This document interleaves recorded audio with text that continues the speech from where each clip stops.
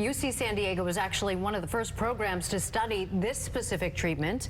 And joining us now with what this treatment means for gut health is board-certified dermatologist Dr. Sabrina Fabi. Welcome. Thank you, guys. Thanks for having me. So I guess the question is, what kind of infection are we talking about? What kind of bacteria? And what kind of issue do people deal with in terms of this? Yes, as a dermatologist, we're always really sensitive about this bacteria because we prescribe a lot of antibiotics for acne and rosacea and many skin conditions, but you start to worry about resistance to their ability to fight another bacterial infection later on in that individual's life, or the possibility that it can weaken that individual's normal gut bacteria, allowing room for a bacteria like this bacteria called C. diff or Clostridium difficile to grow. And what happens when that grows in the lining of our stomach is that it releases a bunch of toxins that can be very disruptive and even in some cases can require the removal of some of the colon because of how disruptive it can be in causing a colitis or an inflammation, a severe inflammation of the colon. So how exactly do you get that? How does this pill that UC San Diego was a big part of the research for help? So right now in the United States, about 400,000 cases of C. diff happen every single year. 6% of those end up in a mortality or fatality because someone's not able to tolerate the degree of that toxin release. And so the way that the people that are most likely to get this are those that are greater than 65, those that have been hospitalized, those that have been in nursing homes. But we're seeing that those numbers, which are about 50% of the cases, are declining because of safety measures that are being instituted in these long-term care facilities. And then there's the other 50% of people, and this is happening in our community, just by not washing your hands well because it comes from feces. Is it like a quick death? Like, I mean, to say quick, I mean like within a couple weeks, or is it like a long-term problem? Yes, like over a month generally, okay. Once it does kick in. And so, and the problem is that when historically it's been treated with antibiotics, even though antibiotics are thought to have contributed to it, the success rate is very low. So historically, in the last 10 years, we've done fecal transplants, which have been done at UCSD.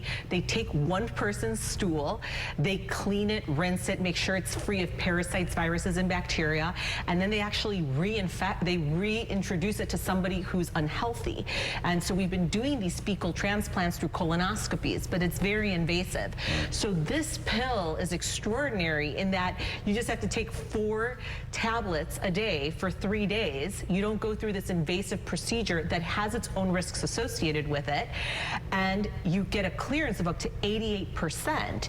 And what this manufacturer is doing is that they're clearing the stool samples that they put into this pill for viruses, bacteria. They're cleaning it out so that you're not necessarily reinfecting someone with another issue, which is what we've seen and has been associated with deaths from the actual fecal transplants that were historically done. So you're essentially replacing good bacteria into the system. Yes. Just now with a pill. Exactly. And if you think of it, and we know there's so much association, we've covered this even in the last segment, of like gut health with brain health, gut health with skin health. If we're introducing something this effective to clear out a bad bacteria with a good microbiome, could we potentially use this for other conditions in the future? Can we talk about the bacteria infection that we're talking about being so dangerous? Like 30,000 people, up to that number a year die from it. That's a significant number of people. I know you've had patients who have dealt with this sort of infection.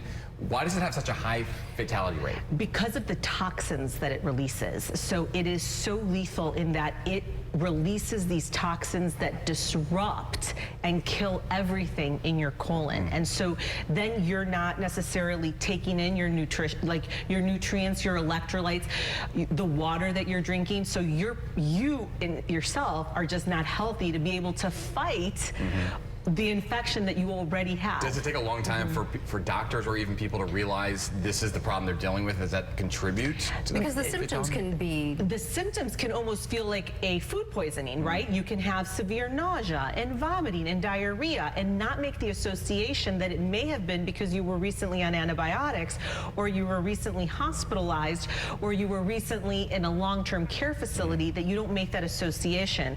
And so because it is so lethal, I remember when I was in the hospital as an intern and as a resident, it was something that we were very cautious about because this can affect anyone, and it's presently even affecting young people.